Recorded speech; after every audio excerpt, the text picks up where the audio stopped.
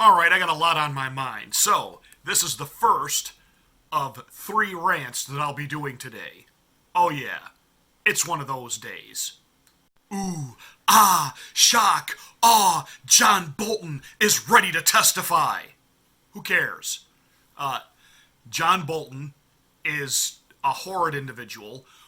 Why President Trump ever did anything with this individual is beyond me, other than, again, more of that because he is an outsider, President Trump, not knowing who really to trust and not trust in the D.C. swamp.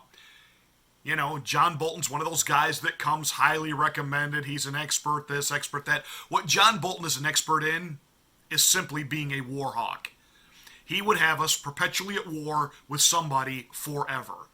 So for those of you on the liberal left who you didn't like Trump, but the one thing that you could at least nicely say about him was, he was trying to get us out of the Middle East, and then he goes ahead and does that drone strike against General Soleimani, and now, oh, shut up, grow up.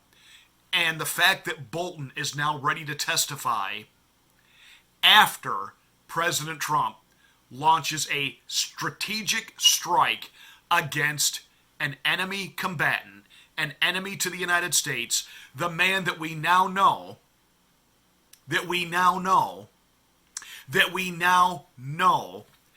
not only was behind the attack on our embassy in Iraq, he is the master planner organizer of Benghazi. Gee, maybe that's why Susan Rice was so quick to criticize President Trump's actions. Because in the president's command to take him out when we had the opportunity, well, obviously, people are going to demand answers. Why him? Why are we? What did he do? That would lead to an expose of the horrible things that Mr. Soleimani has been up to over the last 10, 15 years in making war against the United States. And remember, Susan Rice is in this up to her eyeballs with the whole Benghazi fiasco, where Barack Obama didn't want to be seen, especially around the anniversary of 9/11, as being combative with the Islamic world, especially during an election year. So Hillary Rodham Clinton orders our troops to stand down and stay away from our embassies in Islamic countries, leaving simply only the regular security detail in place.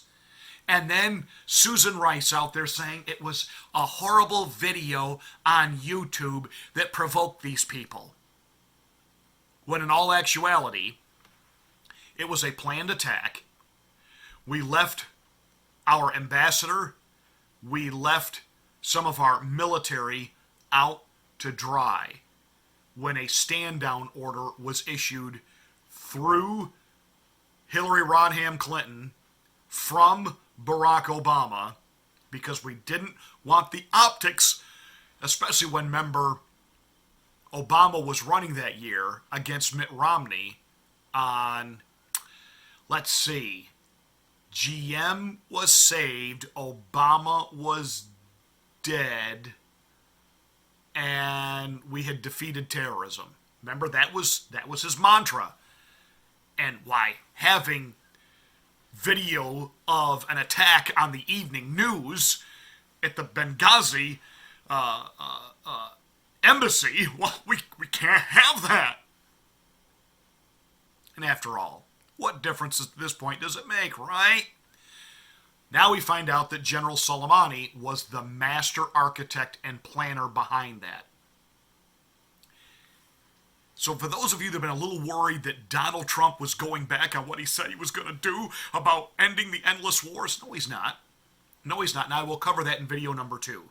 That's coming. Stay with me. John Bolton wants to testify? Then fine. Let the Democrats in the House call him. You don't have to wait for the Senate. The House Democrats have already said that they're not really closing the impeachment.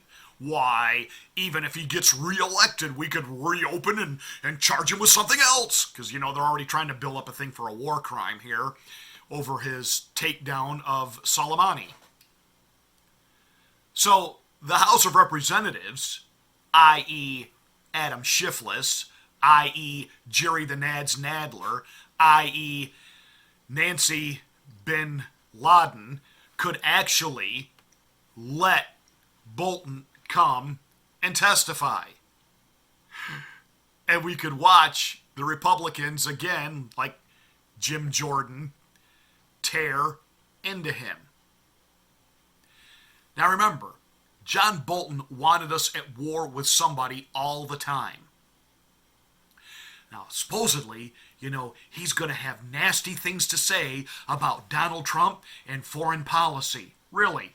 Because as soon as he opens his mouth to say anything about Iran, the takedown of this general, how many thousands of hours of archived video do we have of John Bolton, who loved to have mug time on Faux Pas News, formerly known as Fox News, loved to have his mug time talking about continually how we needed to declare war on Iran. We needed to do this. We needed to do that.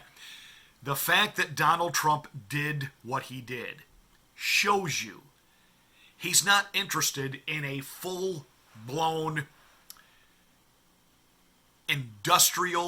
military-industrial complex wet fantasy of having a protracted, prolonged, boots-on-the-ground war.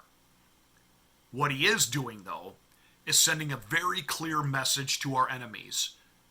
We are big, we are bad, and we ain't taking your crap anymore. Period.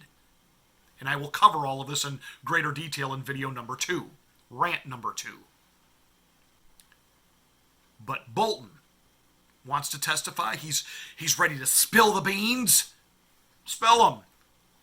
This is more political theater trying to be concocted by the left because they've got nothing. And Bolton is a nothing. He is a wretched individual.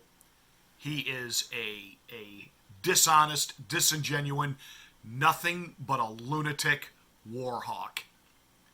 And the fact that now he wants to come forward is just more proof that Donald Trump is not interested in prolonged war in the Middle East. And by the way, that actually bothers Bolton because he wants us at war with somebody. That is always his go-to advice whenever any president has ever sought his counsel in any foreign affairs deal. War, war, war. What President Trump actually did was avert war. And that's why Bolton, the war hawks, and the globalists hate him. We'll have more to say about that. That's it for rant number 1. Give us a thumbs up, like us, make sure you're a subscriber to the channel, and make sure you visit me on the other channel.